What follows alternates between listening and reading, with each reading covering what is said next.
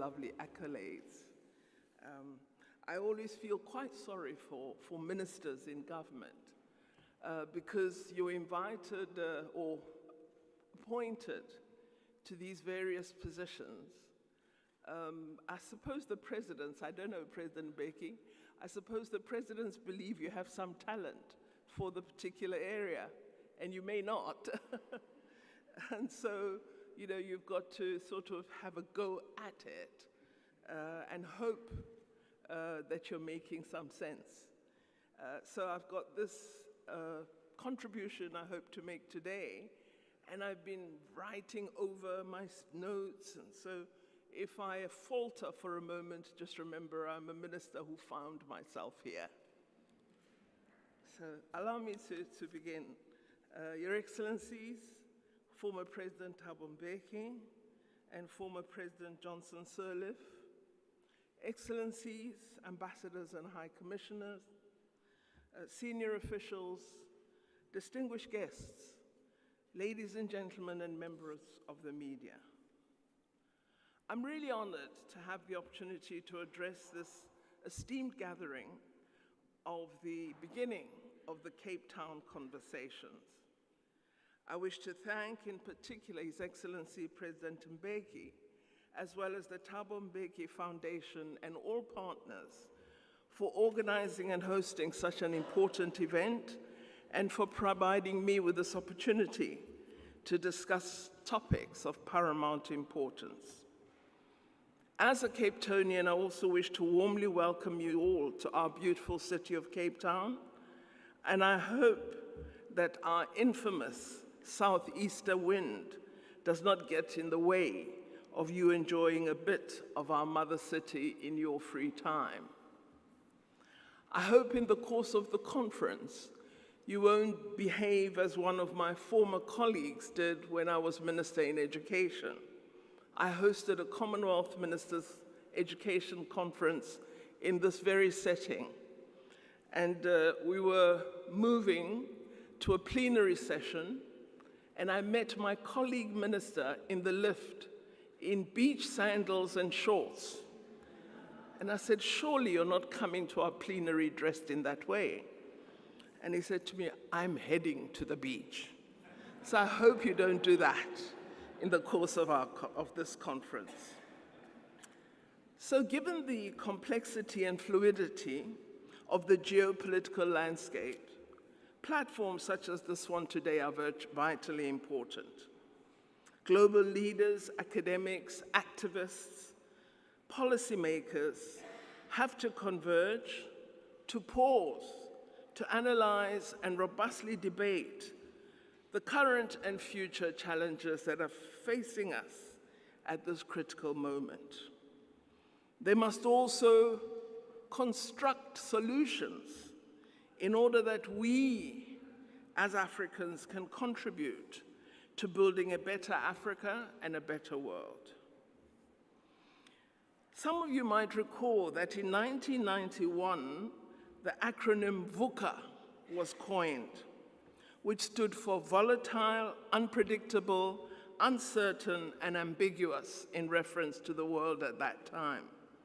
It was used to describe the post-Cold War political, economic, and security architecture. Our situation today in the geopolitical domain is not too dissimilar, if not more dangerous than then. In fact, the South African international relations scholar, Professor Chris Landsberg, says that this acronym, VUCA, now seems passé as the world faces an even more unpredictable and fluid post-Cold War disorder with the hallmarks of the making of an anarchic second Cold War. He says further that the VUCA world appears to be changing toward even more problematic, distressing, unpredictable, and fluid features. He describes this geopolitical era as a UTAC disorder, which he says means uncharted, turbulent, anarchic, combustible. I agree with this analysis, as I believe we do live in a geopolitical landscape that has become increasingly complex, challenging, conflict-driven, and in a constant state of flux, with what some have called tectonic shifts in historic alliances, many of which are no longer based on ideology, on common values, nor common principles. You all are aware of these complexities. They include, among others, an increasing rise in unipolarity, in unilateralism, autocracy, conservatism, right-wing populism, racism, sexism, and all the isms you're aware of, narrow nationalism, greater adherence to tribalism and ethnicity, religious intolerance, violent extremism and terrorism, and for some, food, water, and energy insecurity. Accompanying all this, we have a rise in poverty, inequality, unemployment, and growing numbers of regional, continental, and global tensions and conflicts. These disruptions have worrying impacts on our continent and on our African aspiration for fundamental change in our world. In our continent today, there are approximately 20 conflicts underway. We have a recent resurgence in coups, particularly in our West African region, and we also see a worrying decline in democratic practices and in institution formation for the public good. We are concerned as well that the global crises that we see, the tensions, particularly in the developed North, shift attention away from Africa and from the rest of the developing world, thus resulting in even further neglect to our interests and causes. So it is within this challenging and crisis-ridden context that our continent needs to not only manage and adequately address its challenges, but to also identify and carefully navigate the opportunities evident if we want to become a continental catalyst for global change. One of the things I believe we need to do is that our regional economic organizations such as SADC, the East African Community, ECOWAS, and others, as well as our African Union Commission, need to grasp the moment and strengthen their capabilities to advance our African Agenda 2063. I think in the first decade of this century, Africa began to show signs of positive capacity and a thirst for real change. The creation of the African Union, the resurgence of Pan-Africanism ideals, the formulation of the NEPAD Development Agenda, as well as the development of Agenda 2063 and other frameworks of development suggested the Renaissance was really taking off. However, we didn't use the moment effectively. I believe Africa can still be a key player in global affairs, but we need to attend to those matters that will practically help us to achieve this characterization. Our continent is a wonderful continent. It has immense cultural, historical, ethnic, religious, and geographical diversity. We are home to 54 countries, each very unique in their makeup. If this diversity were managed effectively, it would be a source of strength and unity, fostering and supporting innovation and creativity. Unfortunately, we are not managing to address the opportunity offered by our diversity. As we navigate an increasingly interconnected world, our ability to draw upon a wide array of perspectives, of ideas, and practices is crucial for addressing the complex socio-political and economic challenges we face as a continent. I think we need to learn to use our diversity much more effectively for socio-economic development and innovation. We need leaders who understand the strength of diversity. Our continent has approximately 1.4 billion citizens within it, the majority of whom are youth, and more than 70% of these young people are under the age of 30. Juxtapose this with the countries of the North, many of which are facing a rapidly aging population. How should we unify to use our strengths to support each other? We have a youth bulge, energetic, restless. It's a demographic dividend. It presents both opportunities and responsibilities. It offers our continent the opportunity for positive political and economic growth, but only if we fully empower this advantage to realize their full potential. We need to ensure that we do more to include young people in decision-making in all sectors and give them the appropriate skills, training, and opportunities, as well as use their innovation capability to ensure that we work on building inclusive growth. If we do not address this dividend effectively, our positive features will become a threat to the progress of our nations. We must ensure that this youthful energy doesn't translate into reckless energy.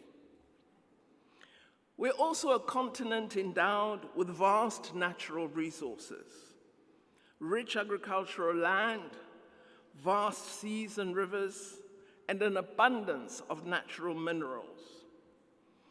We have sufficient commodities, land, and ocean to address all our food, water, and energy security challenges, not just for Africa, but for the world. We thus possess the potential to become an economic powerhouse. But what we are failing at is harnessing these resources sustainably and equitably for the prosperity of the continent, but also for global economic peace, security, stability, and development. Of course, any success in Africa would always be linked with the global economy, given the attributes of the continent, and we have to ensure that we use our attributes to contribute to a more balanced and resilient world. Of course, I am often troubled because we act in a manner that suggests we are unaware of our advantages and the power that they give us, and thus we do not use these attributes to positive effect for the African continent. I suppose part of the problem is that leadership is vital to effective utilization of opportunity. We're also a continent that has amazing resilience. Many of our nations have overcome historical challenges, from colonization to neocolonialism, post-colonial conflicts, and other ills.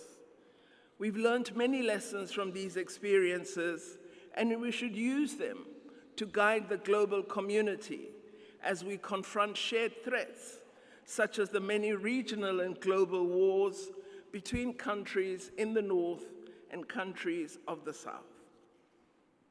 I had occasion recently to engage with my colleague from Iran, And we had an interesting conversation, which unfortunately had to be in front of the media. He was making a number of statements about the conflict in Palestine. And I pointed out to him that South Africa decided from the inception of its democracy that it would seek peace and justice, and that it would encourage nations to resolve problems by negotiation and to seek to settle all disputes through engagement. My colleague was a bit surprised that I wasn't advocating for armed conflict. But I was indicating to him that if you advocate for armed conflict, it is a loss of many of your people that you suffer. And I told him in South Africa, we were very fortunate to have leaders who decided, in the context of the terrible experience of apartheid, that what we should seek is to put the people first and to negotiate a settlement that would introduce freedoms and the beginnings of justice. We haven't fully achieved all that we wish, but we're not killing each other in the streets as we might have done. So I think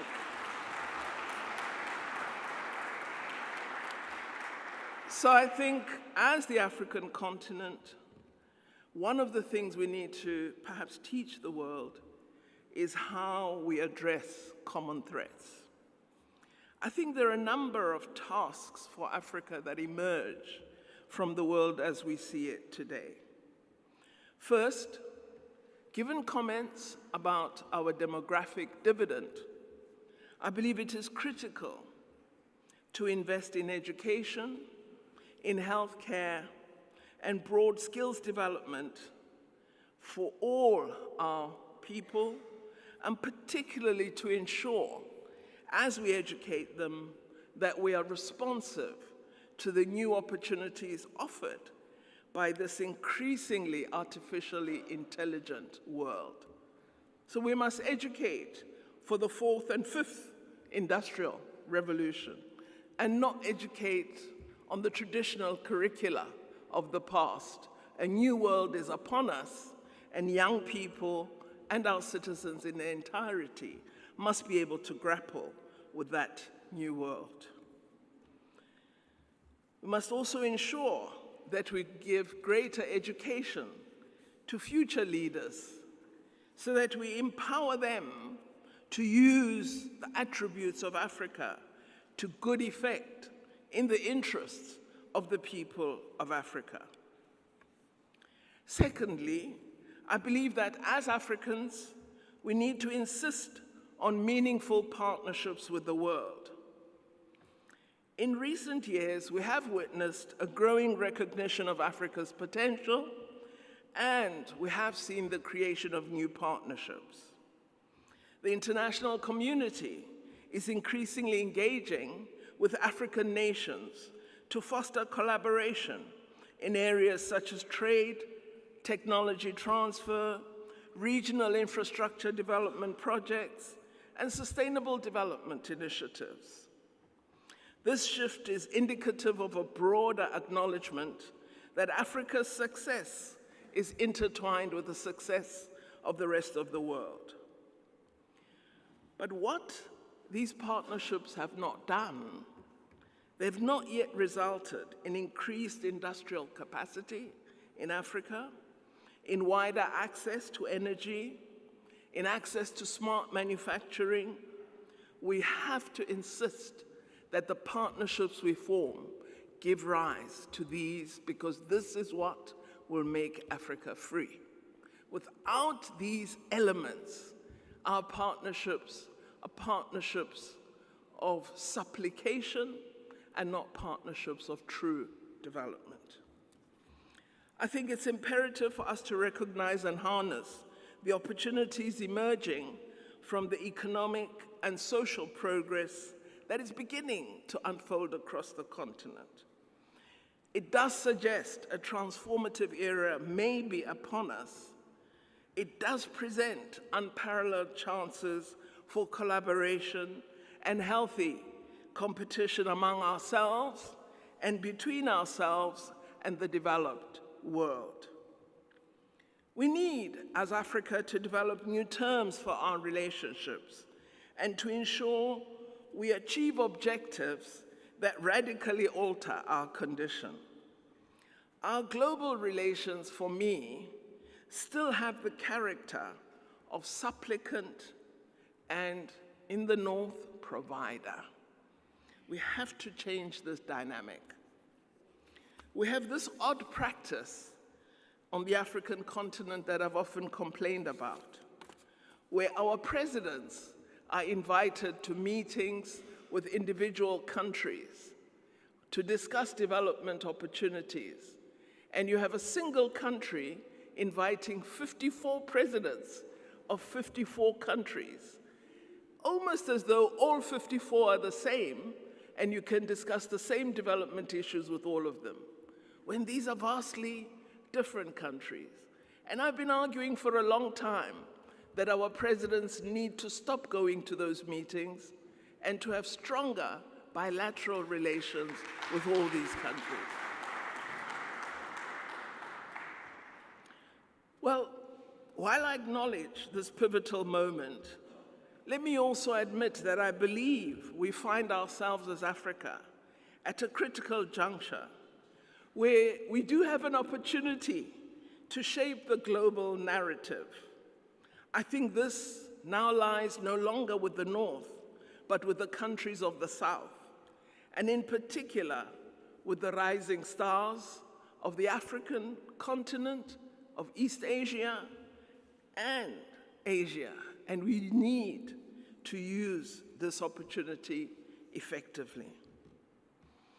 Given the natural resources I referred to earlier, particularly minerals required for future fourth IR economies, we need to address how do we allow access to these rare minerals.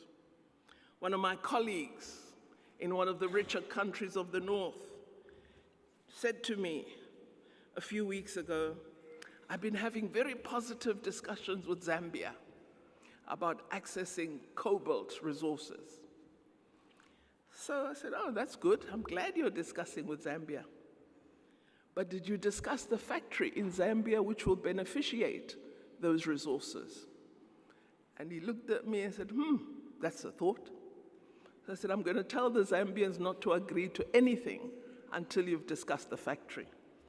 It's important that we ensure that our minerals benefit us and are not continuing to be transported out to be value added outside Africa, and we buy back at much higher cost than what we sold the minerals for.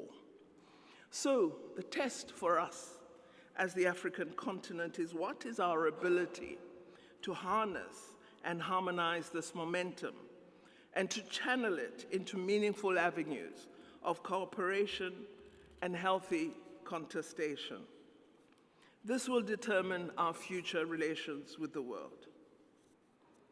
So the challenge for Africa today is to successfully navigate the intricate and diverse tapestries of an ever-evolving geopolitical and geoeconomic landscape. African nations are potential poles of inclusive economic growth and can teach new lessons about economic success and how it is utilized. Can, depending on what they do, teach new lessons about how to achieve sustainable development. All of this offers a distinctive prospect of collaboration, functional coherence, and partnership.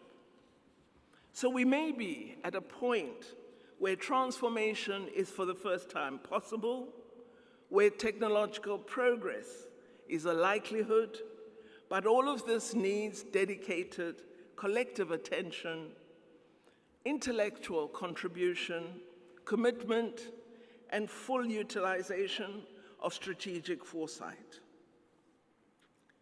We have to ensure that our relationships with the North are relations of functional cooperation. We have to transcend traditional boundaries, even as African countries, and forge innovative partnerships that are rooted in mutual respect and shared prosperity.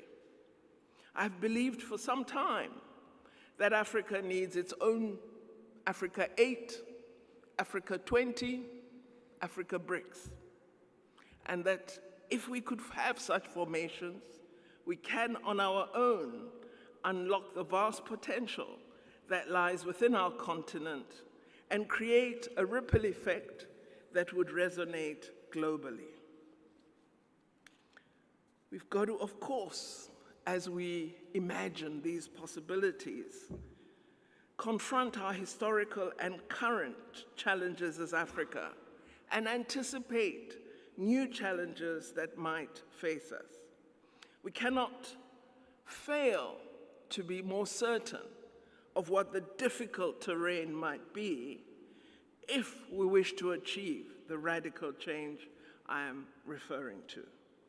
If we are to take up leadership as a catalyst for global political and economic change, we need to address our many challenges. I believe that at present, Africa is one of the few continents with the moral authority to insist on a set of new values to drive international practice. One of the main challenges that I think still face us is that of lack of sufficient economic growth to address the needs of all our society. And the fact that our economies are still largely commodity-based is a real challenge for us.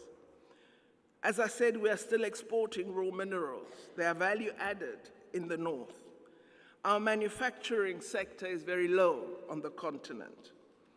Intercontinental trade is at a real low, at approximately 17% of our trade. We have seen it increase over the past 2 decades, but 17% is not good enough. There are many reasons for these low intra-African trade statistics: a lack of local manufacturing and beneficiation capacity, drawing value and relying only on commodity-based economies. We are still reliant on extractive commodities and have not really shifted from the colonial infrastructure legacy. Our infrastructure is poor, our road and air capacity is inadequate, and all roads lead to the north rather than elsewhere. We need, therefore, to ensure that we change the order of trade. We have to ensure that we address the colonial legacies that still drive much of the economic practice on our continent. But I have to acknowledge that the continent has recognized these negatives, and we have begun to address some of the changes that we need to attend to. One of the areas in which I believe we've begun to become more serious is that of addressing the economic integration of Africa. We've done this through a bottom-up approach of developing regional economic development organizations, such as our SADC, ECOWAS, the East African Community, and of course we've recently adopted and begun to implement the Africa Continental Free Trade Area Agreement. We must ensure the speedy implementation of the AFCFTA in all its aspects, from harmonizing African legislation to ensure that there's free flow of goods, of services, and people throughout the continent. We must ensure we have sufficient regional infrastructure to ensure effective rail, road, air, and sea transport for goods to move easily. And of course, we must ensure that we build partnerships that allow us to leverage the strengths of both developed and developing economies. Thus, we must share knowledge, expertise, and resources to create synergies to accelerate inclusive growth and sustainable development. So as Africa, we must extend beyond rhetoric to tangible strategies that promote inclusive growth and sustainable development. We must commit to leveraging our collective strengths. Sometimes it's quite soul-destroying to see Africans compete among themselves, when unified action would lead to real success. So we need to understand our collective strengths and use them effectively. We need to embrace diversity. We need to harness the power of technology to bridge any gaps and to address disparities. We have to invest in the sectors I referred to earlier.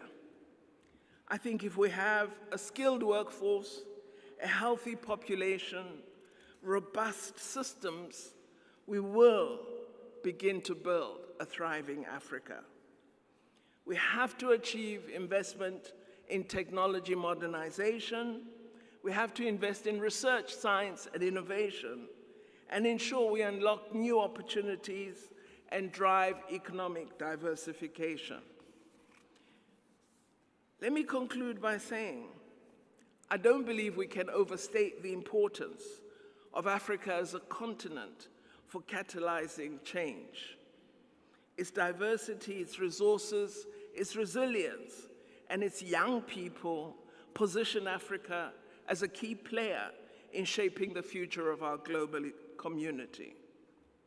We must embrace the opportunities Africa presents, and together, North and South, we must work together to address the challenges we face, but also challenges addressed that will contribute to a more just, sustainable, fair, and prosperous world for all.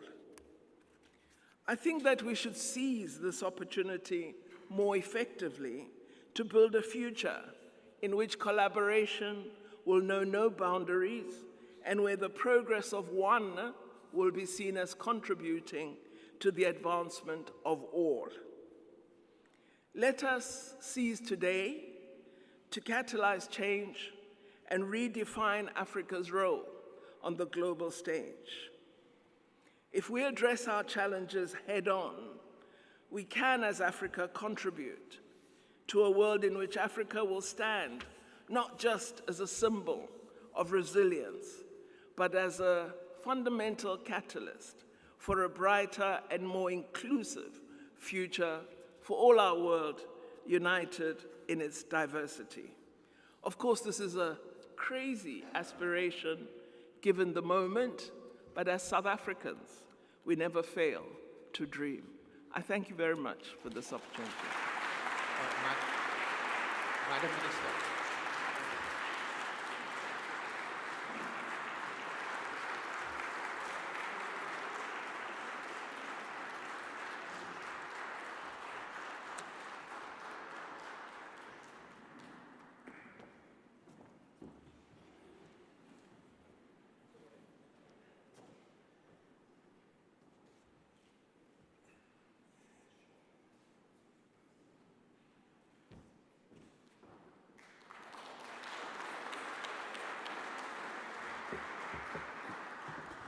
Madam Minister, if I could request you to please take your seat. Yeah. Honorable Minister, let me just thank you for your wonderful oration. I think it came from your heart. It covered all the right issues that we are going to be engaging with during the next 2 days of this conference. And your parting words of hope and optimism, of dreaming and believing, must motivate all of us to try and find solutions for the future. We are now going to use the benefit of the presence of the Honorable Foreign Minister, and we are going to actually use this forum, the Cape Town Conversations, to end a chapter and begin a new one. Over the last nearly 12 months now, under the leadership of Ambassador Sujan Chenoy, who's going to be speaking to us in a minute. Sachin Chaturvedi, who's in this room. Sachin, are you here? There you are. There's Sachin and a few others. India took on the mantle of leading the presidency and entrusted the ideas bank of the G20, the Think 20, in the hands of these able gentlemen who will join us. And of course, our organization, the Observer Research Foundation, was entrusted with the responsibility of being the secretariat of making the trains run on time. But before we come to the secretarial work and we present to you, I think it is my honor and privilege to invite the Director General of the Mohan Parekar Institute for Defense Studies and Analysis, Ambassador Sujan Chenoy, and the Chair of India's T20 to speak to us on the experience of 1 year, what we sought to do, where we are, and how he dreamt and what we should believe in as we hand over. So let me invite first Ambassador Sujan Chenoy to speak to us as the Chair of India's G20 effort. Ambassador Chenoy, the mic is yours.